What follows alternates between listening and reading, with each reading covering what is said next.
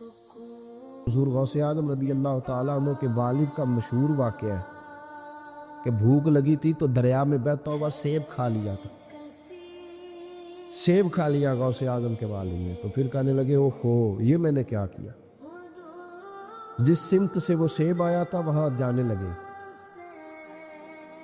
وہاں ایک باغ تھا، پیچھے جا کے ٹہنیاں جھکی ہوئی تھی، یہاں سے سیب آیا۔ باغ کے مالک بھی بزرگ تھے، ان سے جا کے کہا غلطی سے کھا لی جائے، معافی مل جائے۔ انہوں نے کہا معافی اتنی جلدی نہیں ملتی۔ کہا کیسے ملے گی؟ فرمایا 12 سال مالی بن کے میرے باغ کی نوکری کر۔ تو خدمت کرنے لگے تو حضور غوث اعظم کے نانا جی کہتے ہیں بچہ مجھے بھا گیا، کہنے لگے حضور چلے معاف کر دیں اب۔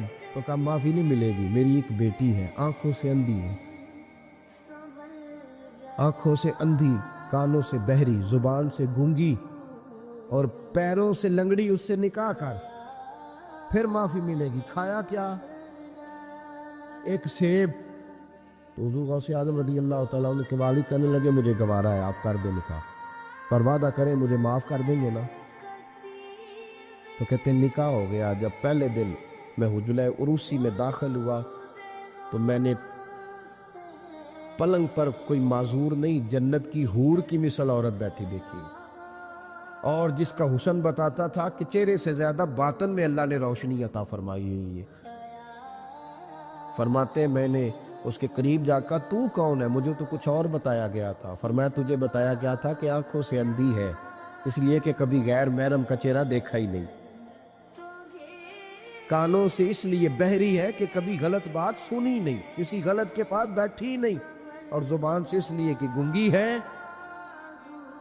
کہ غلط جملہ کبھی نہیں نکلا، یا اللہ کا قرآن نکلا ہے یا محمد عربی کا درود و سلام نکلا ہے، غلط جملہ نہیں نکلا۔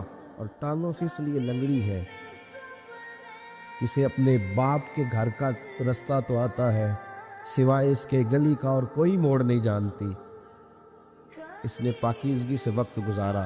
حضور غوث اعظم کے والد کہتے ہیں میں اپنے لین دین کے معاملات سیدھے کرنے گیا تو سادات کے گھر کی حور مجھے ملی، اور جب میں اس حور سے ملا تو پھر رب نے مجھے عبد القادر جیلانی جیسا بیٹا عطا فرمایا، غوث پاک جیسا بیٹا دیا۔